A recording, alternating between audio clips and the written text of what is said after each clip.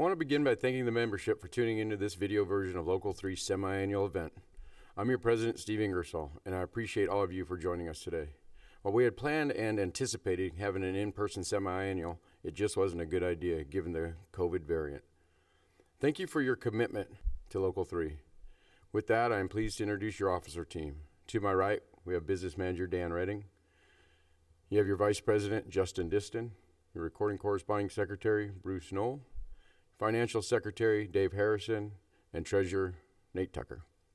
This group of men has led us into the great success we are enjoying today, and I couldn't be prouder to work with them. Now I'm pleased to introduce your Business Manager and International Vice President, Dan Redding.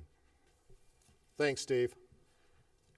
And I would much rather be doing this in person, and hopefully that will be the way we can do it here in the near future. But for now, we're doing what we can to get this information to you.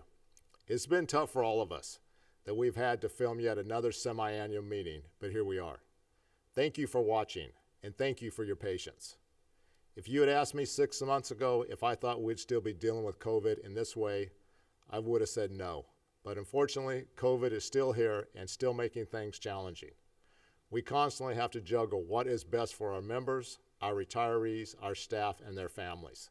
I said it before, I do think this pandemic is becoming more manageable, but no one can predict what may happen a month from now. In the hopes that we can have a second quarter district meeting, we plan to have our member-elected Political Action Committee elections then. You can find a list of these meetings in the Engineers News and on our website. Please stay connected with your district offices by phone, as some are closed to foot traffic. Please also access our social media platforms for other updates. Despite how crippling COVID has been for many industries, Local 3 is doing extremely well. Some of the bigger projects happening in our jurisdiction this year. Burlingame, our District 1, $2 billion Treasure Island development, $1.2 billion Potrero Power Plant. In Morgan Hill, our District 90, $6.9 billion BART Silicon Valley Phase 2 Extension Project, which will carry work through 2040. In Nevada, we got $175 million Spaghetti Bowl Express. In Hawaii, we're looking at $416 million Sand Island Parkway, $298 million at the Honolulu Wastewater Treatment Plant.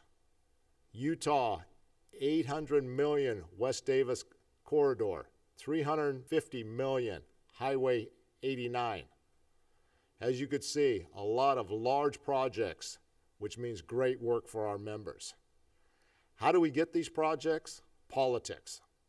At the local level, this means electing pro-union candidates who will secure funding for projects and ensure the work leads to good-paying union jobs. Sometimes this is easy enough, but in some communities, we have to find middle ground with other stakeholders, like environmentalists, tribal governments, and landowners. As negotiators, we know that forming alliances and working together is much more effective than making enemies. Most recently, we have been forming influential coalitions with some of these folks and other building trades to try to secure work in areas like Fresno with the Sisk Dam, Yuba City with the Sites Reservoir, and Eureka Offshore Wind and Nordic Fish Farm.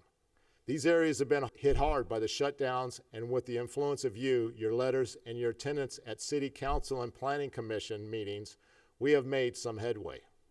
At the federal level, we have also made some headway, as an executive order was recently passed requiring the use of project labor agreements on federal construction projects above $35 million, which is fully intended to increase the number of people with good-paying union construction jobs. If you're not familiar with what a PLA means, it means that everybody that signs on that job is going to follow basically our union contract. We will also benefit from the giant federal infrastructure package that passed this year, which will dedicate $566 billion for infrastructure. This figure plus the $634 billion the federal government already committed to infrastructure spending comes to a total of $1.2 trillion. This means we will now have funding for roads, bridges, rail projects, water and wastewater projects, airports, and more.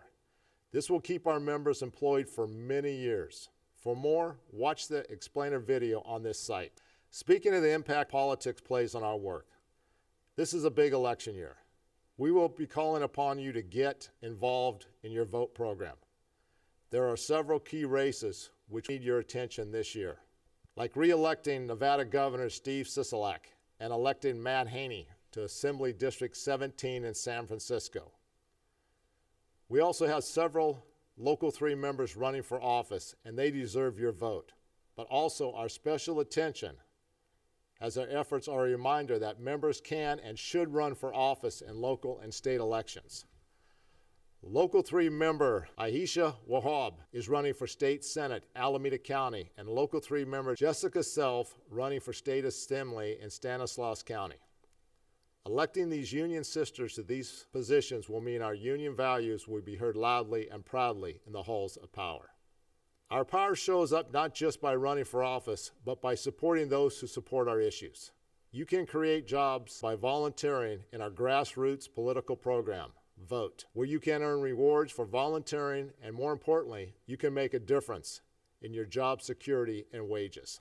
If you don't know what to expect at a vote event, find a quick video about what a precinct walk is like on this channel. You can see that we have lots of work going on right now. With our involvement in politics at the state and local levels, and because we are skilled and trained, thanks to our 4 state training centers, we are the ones that get and perform the work. With that being said, our work hours are up, even as most of the country's workforce is still trying to recover from the shutdowns. In 2020, our pension hours worked were 34.1 million. In 2021, pension hours worked were 34.8 million. When our work hours are up, our funds go up as well. However, our work hours are just one part of the funds, as the rest is made up of market volatility. I reported on our pension fund has been at $5.18 billion as of July 31st, 2021. However, through December 31st of last year, our preliminary unaudited total fund balance was at $5.43 billion, the highest it's ever been. This means that we are projected to be in the green zone in 2023, which is earlier than previously projected. It is also worth reporting that Nevada's pension hours increased by 27% from November 2021 year-to-date versus the same time period in 2020. Also keep in mind that our membership numbers came in at 37,000 in December 2021 versus 35,803 in December 2020, which also accounts for more monies going into our funds. Our funds include not only the pension, which is usually our biggest focus, but also our health and welfare. Through December 31st, 2021, our active health and welfare fund balance was at $680 million compared to $597 million in 2020. That's an $83 million increase.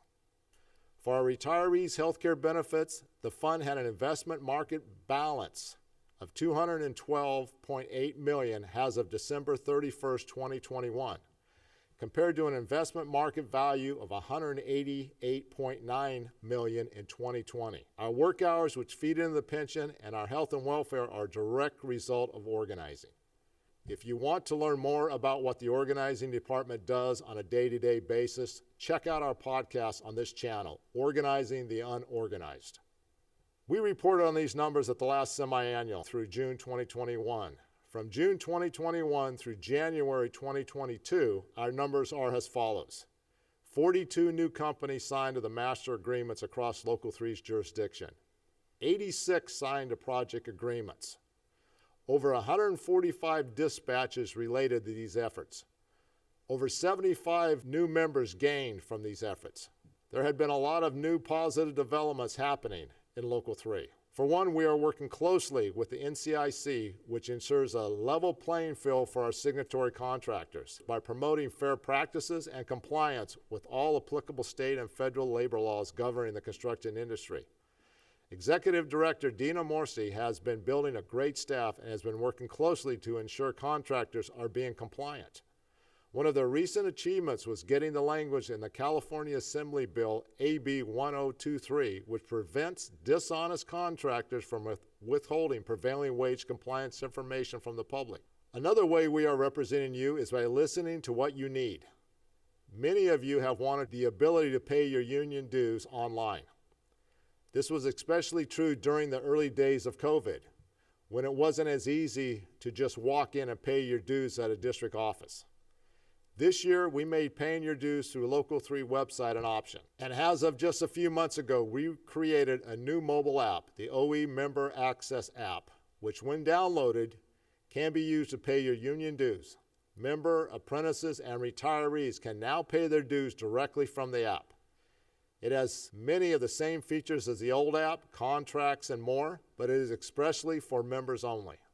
The old app is no longer available, so please download the new app now if you haven't already done so. We are also working on developing a brand new Local 3 website designed to be easily accessed on your phone.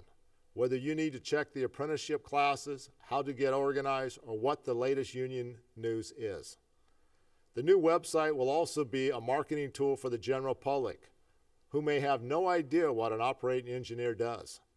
We hope to have this site up fully functional by the end of the year.